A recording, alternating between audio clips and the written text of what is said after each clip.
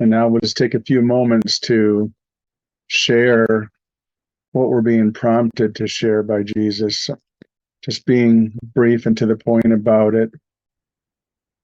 If he's taught you something, given you something as a take home, or maybe shown where you might have heaven and hell upside down, please feel free to share, knowing that it's all for the healing of the whole mind.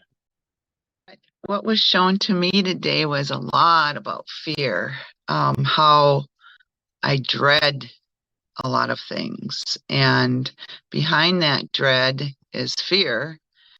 And also that dread is connected to the future, which is the timeline. And so that was one thing. He showed me all the things I dread and to lay them on the altar and give them to him. And also the concept of time. And that every day, it's like I don't want to give up control of my daily so-called schedule or to-do list and things like that. And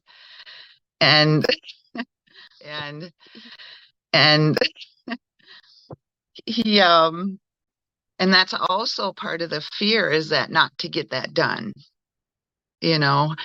And so I also brought up a lot of things I always tell him, just take everything. I want you to just come in like a flood and take over.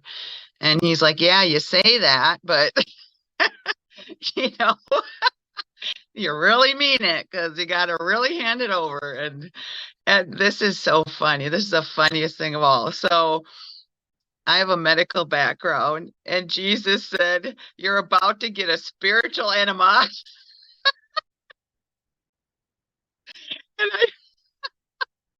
And I felt it. It was like a push. The light pushed the fear out. It just, oh, thank you, Jesus. This is like I'm trying to find the words. He's saying, if you're going to choose the Holy Spirit, if you're going to choose me, then stay with that. I'll help you. He said, I just give up so easily.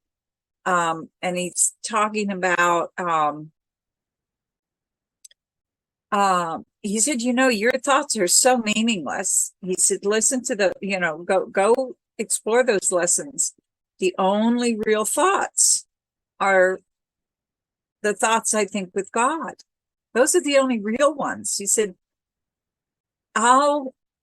you can think those thoughts. You can say those things. Your willingness will help the commitment grow stronger. I feel like I'm babbling, but this is the stuff he was telling me. So I'm just going to say